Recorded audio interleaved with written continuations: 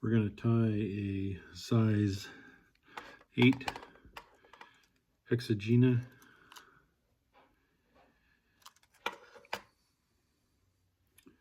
or hex fly for fishing in the Pacific Northwest lakes, mountain lakes during July. It's a great hatch, giant flies, best hatch. We're going to do that with an extended body made out of 1mm yellow foam. The flies are pretty yellow. To do that, I take about 3 inches of the 1mm foam that I've cut in about a 1mm strip. Cut that in half and double it up like this. Okay, and then I'm going to tie it onto a needle that I've got in this. I just mounted in this cheap fly vise that I got at some garage sale.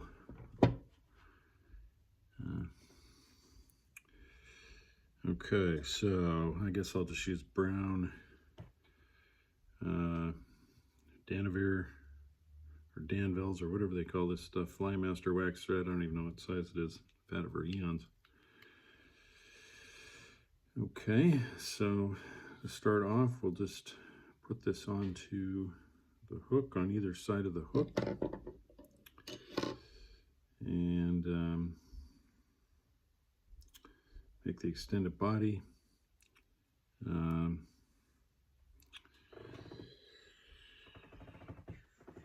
for the tails, there's two tails on this mayfly. I'll use two, I don't know, brown, white. I'm going to go white.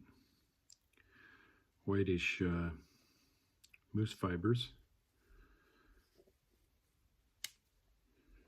Okay. Looking like so. Trying to figure out how to get this camera all set up right. Okay. So I pre-waxed the hook. I'm not sure that's necessary, but I'm going to give it a try this time. And there's two sides of this foam. There's the side with all the holes and the side with that's shiny. I'm going to face the shiny side up. All right. Okay, so first off, I'll get a little bit of thread going. I don't want to do this very tight because I have to pull this off this hook. And I put the pointy tip of the hook inside the vise so I don't hook myself. Okay. I lost my fly tying scissors, so I'm using some spares that I had. All right, so I'll put the tail on gently onto this hook. It's not a hook, it's a needle. And put the other side on the other side of the hook. Trying to keep it gentle, but we'll see how that goes. Just slightly, because I got to pull it off afterwards, so I don't want to do it too tight. And then shiny side up, foam side facing that way. Well, I don't know, let's just see how this works. There's one. Just cinch it a little so it doesn't get lost. Gotta put some pressure on it. Where's the shiny side? Okay. And now it looks like that. I don't know if I like that, but that doesn't matter, it's fine. Okay. Now then I just wrap it up the hook to the next segment, a couple millimeters up. I don't know, we'll do like 5 millimeters, or 5 segments, maybe a millimeter apart. 2, and then wrap up the hook to the next segment area spot.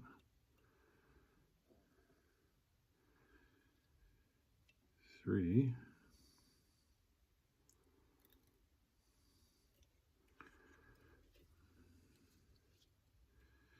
And wrap it up to the next segment spot.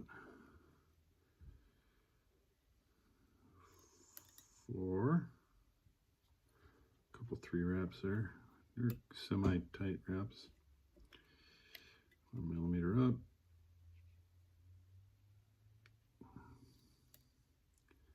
5. 1, 2, 3, 4. Okay. I'll just do one more for good measure. That's a pretty long body, really, right there. All right. 6. Okay. Now I'm just going to whip finish a knot in there. Well, we'll do a half hitch. Just, guess I wonder if I should have done that backwards. Try that on the next one. I'm going to tie a few of these. Okay, there's a half hitch sort of notch right there. Okay, I'm going to cut this. Get myself a little length so it doesn't unravel on me. And let's gently pull that off with a few little twisties. Will it come off the hook? Who knows?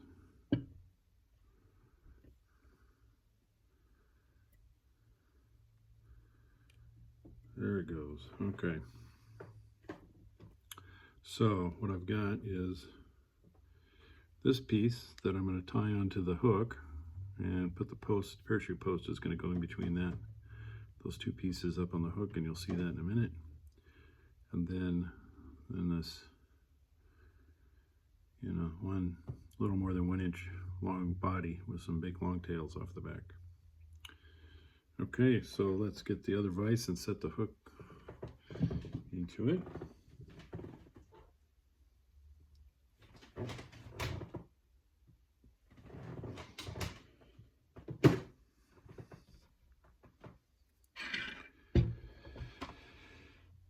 Okay, got some other hook in here. Okay, so some number 8. Let's see, this is a size 8 Dairiki dry fly hook, long, number 300. You know, it's kind of longer, almost like a hopper kind of fly.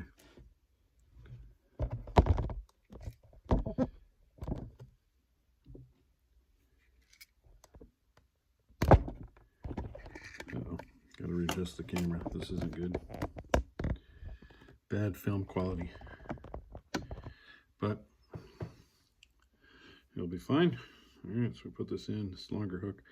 You know, the fish, this fly is so big that sometimes they just attack the tail or the hook, and that's kind of a problem. Okay, so I'm going to use yellow thread on the actual fly.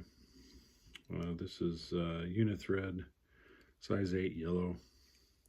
I don't know if it really matters. You just use something that's strong and doesn't break.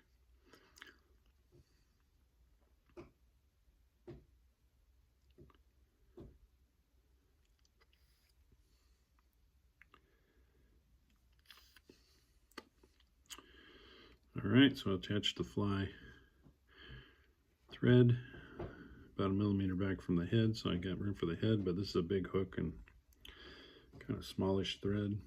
I'm going to take it back a little and then leave it here. I'm going to parachute on the hackle. And for the hackle, I've got this kind of olive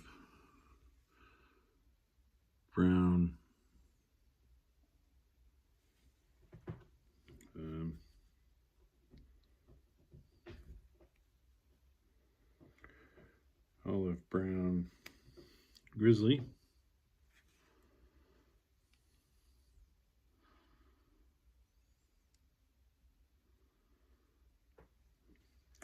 Maybe I'll take 2 feathers. They need to be kind of big because This thing's going to be just floating in the water. The biggest problem is going to be losing the fly. Yeah, what size? This is a number 8 hook, so let me size this. This is it's like a number 6 or 4 webbing, so I'm going to make it a little bigger. First feather I took off was a little too skinny. This is more like a, you know, like 14. All right, so we'll take off the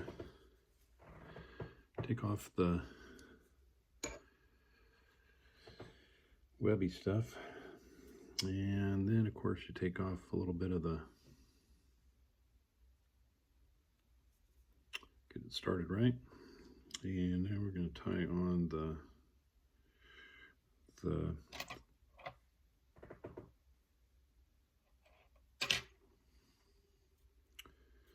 post. The post material is this EP fiber, Enrico Puglisi.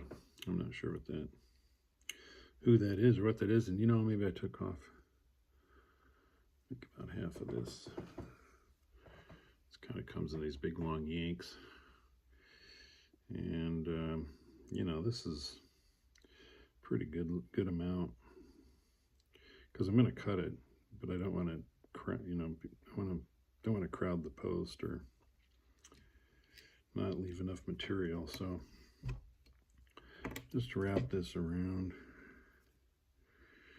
like so, and cut this. We can do a final trim when we're done. Okay, something like that. Kind of anchor it to the hook with a few wraps, like so. Uh-oh, did I lose my feather? Oh, there it is. And I don't know, let's do convex side. Convex is the top of the band, that side, the convex side up. If we do it that way, the barbs will be like that, and it's sort of a upward fashion. If I tie it that way, convex side up or concave side down, the feathers will be like that, and they'll just stand on the water, kind of like legs. So I'm going to tie this in just above, just beyond the post towards the eye. Concave side down, convex side up, and grab onto the hook shank with a couple wraps to cement that in, to anchor that down. Okay, there we go. That's looking good. It's kind of a thick stem right there. Big fly, big feather. So cut that off. You know, I'm gonna anchor that down a little better to the hook shank towards the eye. All right, now I want to put on my extended body, and I want the extended body to be, it's a good question. So I'm going to cut off this loose fibers, get those out of the way. And do I want to put this over or under the, I think I want to put it under the, I don't know why, it just seems better. Okay, so this goes on underneath the feather, around the post, and I'm going to tie this just above the, not above, but towards the eye of the post. Okay. This is the floaty part. This makes this fly indestructible out there. It's kind of like the Chernobyl fly for the salmonfly hatch. I would have not, this is not a natural material, and it's not my typical style to use not natural materials, but this works so well and it's just indestructible. Sometimes you just have to give up your principles for practicality. All right, so you can move this stuff around. Use your thumbnail, move it around. You know, gather up the material and make sure that it's securely attached to the hook shank. Okay. Alrighty. Okay, now I'm going to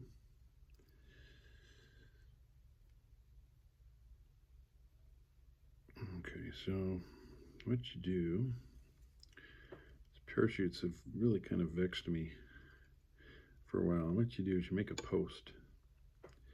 And some people use Zap-A-Gap to cement that post. I'm going to do it both ways. You know, you want to bring that post of thread up, make a post out of this hair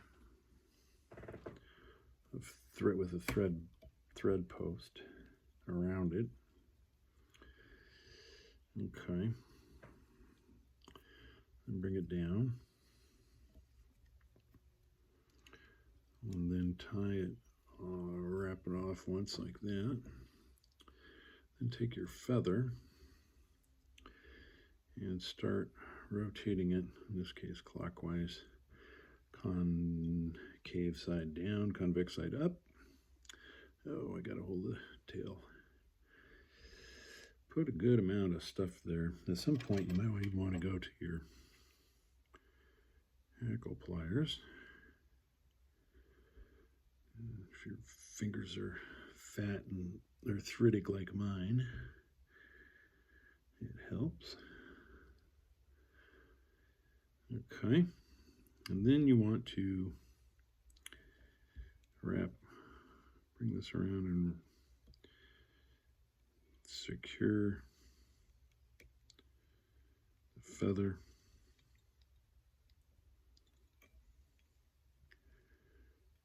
A couple wraps.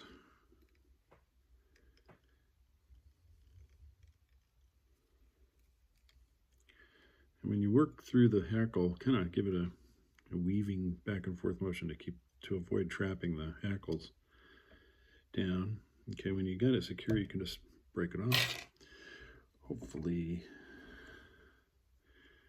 everybody's happy and stays in place. If not, I'm just going to do a few more of these weaving. Okay. Now, one more.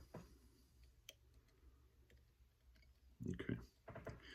Now, don't be afraid to pull all the fibers back to finish this head off. Clean it out by wrapping it down. You can do a half hitch onto the end of the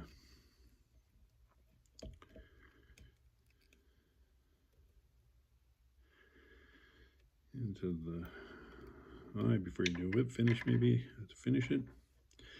Now what I'm going to do is come in here and before I whip finish it, I'm just going to clean off a few of these hackle hairs, just so when I don't care about the look so much, but it is nice to have a good looking fly. But you know, it's nice not to have when you glue it, not to have hackles stuck in the eye. So when you're on the water, okay, here's where the feather didn't really rip off clean. There we go. You know, this, I don't know, the hackles are just there for legs. I don't think they do kind of balance it and hold it up and help it parachute down when you cast it. This is a pretty big wing on this dude. Big fly. I don't know, something like that. Cut maybe at a 45-degree angle, sorta. Duck feather. Feathers everywhere. Okay, now Let's get some Sally Hansen's, wherever that is. No. Under my Sally Hansen's.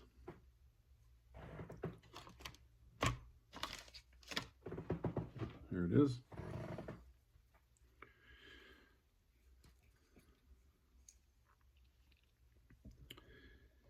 And I'm going to rotate this just so I can get the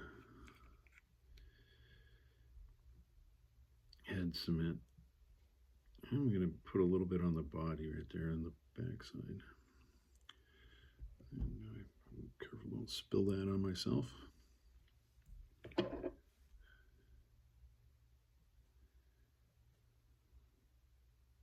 Okay. Okay, well that's a lot of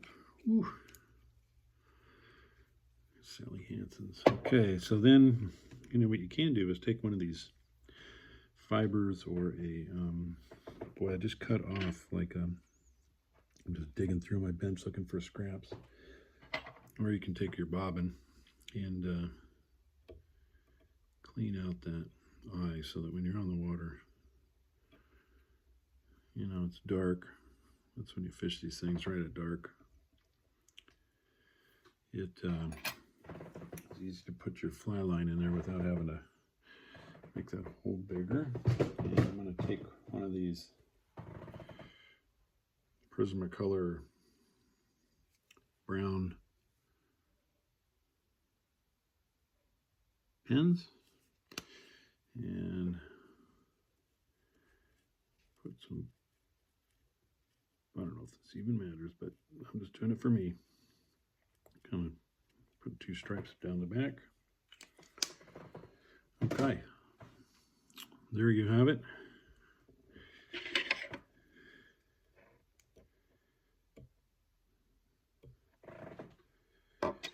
The Hexagenia limbata, I believe.